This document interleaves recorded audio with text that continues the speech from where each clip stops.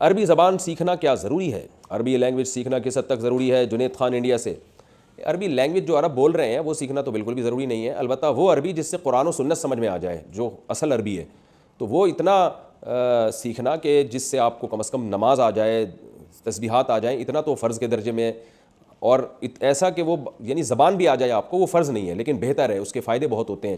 اگر آپ قرآن و سنت والی عربی سیکھیں گے تو قرآن آپ کو قرآن کی زبان میں سمجھ میں آئے گا، حدیث آپ کو نبی کی اپنی زبان میں سمجھ میں آئے گی، اس سے آپ کو زیادہ فائدہ ہوگا.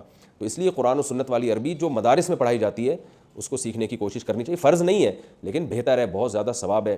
میرے بھی کورسز چل رہے ہیں، میرا جو چینل ہے مفتی طارق مسعود اسپیچز پہ، اس پہ جو میرا دوسرا چینل ہے تو اس پہ بھی میرے شارٹ کورسز تفسیر کے لیکچر چل رہے ہیں. اس میں بھی ہم نے 8 شروع میں لیکچر عربی گرامر پڑھی ہیں، وہ بھی آپ کو مدد اس سے بھی مل سکتی ہے عربی سیکھنے میں، اس سے آپ کو قرآنک عربی انشاءاللہ سمجھ میں آ جائے گی. اور بھی علماء کی اس بارے میں محنتیں ہیں، تو عربی زبان سیکھنے کی کوشش کرنی چاہیے کیونکہ اس سے آپ اسلام کے قریب ہو جائیں گے.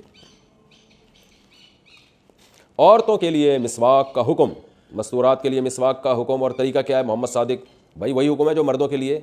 مردوں کے دانت ہوتے ہیں اس لیے ان کو مسواک کرنے کا حکم ہے نا، تو خواتین کے بھی تو دانت ہوتے ہیں تو ان کو بھی مسواک کرنے کا حکم ہے، کوئی فرق نہیں ہے اس میں. مرد کے لیے بھی مسواک اور دانت کو صاف رکھنا سنت موقدہ، خواتین کے لیے بھی مسواک کرنا اور دانت کو صاف رکھنا سنت موقدہ ہے. طریقہ وہی ہے جو مردوں کا طریقہ ہے. مسجد کی ٹوپی میں نماز پڑھنا، مسجد میں جو ٹوپیاں پڑی رہتی ہیں اکثر لوگ ان ٹوپیوں کو پہن کر نماز پڑھتے ہیں، اپنی ٹوپیاں نہیں رکھتے، کیا اس میں کوئی حرج ہے؟ ادریس احمد کشمیر سے. جی بالکل حرج ہے، مسجد کی ٹوپیاں بالکل نہیں استعمال کرنی چاہیے. ہر آدمی کا اپنا لباس ہوتا ہے اور ہر آدمی کے پسینے کی اپنی الگ سے بدبو ہوتی ہے. آپ دوسرے کی پسینہ اپنے اوپر کیوں ڈال رہے ہیں؟ مسجد میں ایک ایک ٹوپی 20 لوگ استعمال کر رہے ہیں، 40 لوگ استعمال کر رہے ہیں. ہر ایک کی جوؤں کا کلر اور جوئیں کی ڈیزائننگ الگ ہوتی ہے، ہر ایک کا پسینے کی بدبو اور اسکن کی بیماریاں الگ الگ ہوتی ہیں. وہ صفائی کے بھی خلاف ہے یہ.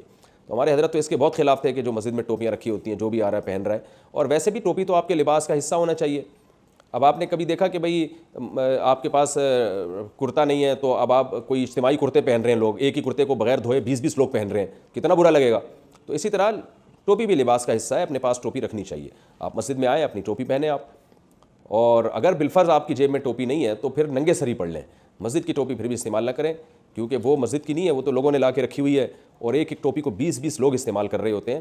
یہ انسان کے مزاج میں اگر نفاست ہو، طہارت ہو، تو اس کے بالکل خلاف ہے. آپ دیکھیں ان ٹوپیوں کے کناروں پہ میل بھی جم جاتا ہے، تو ایک آدمی کا میل بھی ہو تو بھی غنیمت ہے. 25 آدمیوں کے مختلف قسم کے میل ہوتے ہیں، ہر ایک کے پسینے کے الگ جراثیم ہوتے ہیں، وہ سارے جراثیم آپ کے سر میں جاتے ہیں.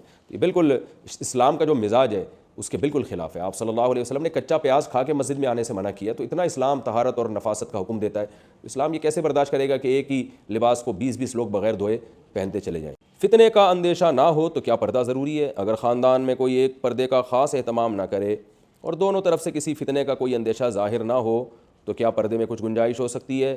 جیسے مامی اور شوہر کے بھانجے کا رشتہ. صفدر سیفی مانسہرہ سے. دیکھیں شوہر کا بھانجا اگر جوان ہے اور یہ جو خاتون ہیں جن کے شوہر کا یہ بھانجا یہ بہت ہی ایجڈ ہو گئی ہیں، بڑی عمر کی ہو گئی ہیں، تو پھر تو پردے کے حکام میں نرمی ہوگی.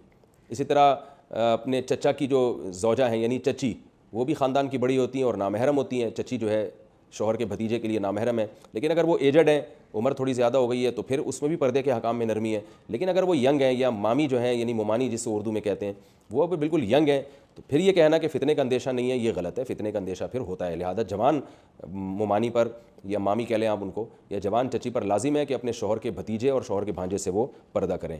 تو پردے کا فتنے سے تعلق نہیں ہے، پردہ بہرحال ان کو کرنا پڑے گا. اور یہ کہنا کہ فتنے کا اندیشہ نہیں، یہ ویسے ہی غلط بات ہے.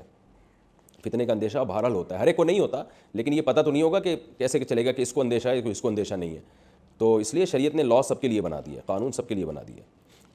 دیکھو اس کی میں مثال دیتا ہوں کہ لال سگنل پہ ہمیں گاڑی روکنے کا حکم کیوں ہے؟ اس لیے ہے تاکہ ایکسیڈنٹ نہ ہو. سبھی گاڑیاں چلاتے رہیں گے چاروں طرف سے تو پھنس بھی جائیں گی، ٹریفک بھی جیم ہوگا، ایکسیڈنٹ بھی ہوگا. لیکن آپ دیکھیں بسا اوقات لال سگنل پہ ہوتا ہے لیکن نہ ادھر سے گاڑی نہ ادھر سے گاڑی، تو کوئی ایکسیڈنٹ کا خطرہ بھی نہیں ہے، ٹریفک کے جیم ہونے کا خطرہ بھی نہیں ہے، لیکن پھر بھی کوئی سگنل توڑتا ہے تو اس کا چالان ہوتا ہے. تو وجہ اس کی یہ ہے کہ اب قانون اس پہ مدار نہیں رکھا جائے گا کہ ایکسیڈنٹ کا خطرہ ہو تو سگنل توڑنا جائز نہیں، خطرہ نہیں ہو تو سگنل توڑ سکتے ہیں. اس لیے کہ پھر تو ہر آدمی خود سے بیٹھ کے فیصلہ کرتا رہے گا اور پھر یہ لاؤبالی پن کا لوگ شکار ہو جائیں گے، لا قانونیت ملک میں عام ہو جائے گی. تو اس لیے گورنمنٹ یہ نہیں بھی دیکھتی، پھر گورنمنٹ پھر قانون بناتی ہے تو اس میں سب برابر ہوتے ہیں. تو یہاں بھی اللہ نے عورت کو جو پردے کا حکم دیا، جوان عورت کو، اس میں پھر پردہ فتنے کا اندیشہ ہے نہیں ہے، بس قانون اب سب کے لیے بن گیا. ورنہ لوگ ایک غیر ضروری بحث میں پڑیں گے کہ فلاں کو چونکہ فتنے کا اندیشہ ہے لہذا ادھر تو پردہ کرو، فلاں کا اندیشہ نہیں ہے. تو یہ بحث ایک غیر ضروری بحثیں چھڑ جائیں گی، اس لیے اللہ نے جوان عورت کو حکم دیا ہر ایک سے پردہ کرے جو بھی غیر محرم ہے۔ امام کے پیچھے غلطی پر کیا سجدہ سہو واجب ہوگا؟ اگر مقتدی کی ایک رکعت باقی ہو اور درود شریف پڑھ لیا جائے تو کیا سجدہ سہو واجب ہوگا یا امام کے پیچھے ہونے کی وجہ سے واجب نہیں ہوگا؟ جاوید انصاری دبئی سے۔ جناب جاوید بھائی، امام کے پیچھے اگر انسان سے اس قسم کی غلطی ہو جائے تو سجدہ سہو واجب نہیں ہوتا۔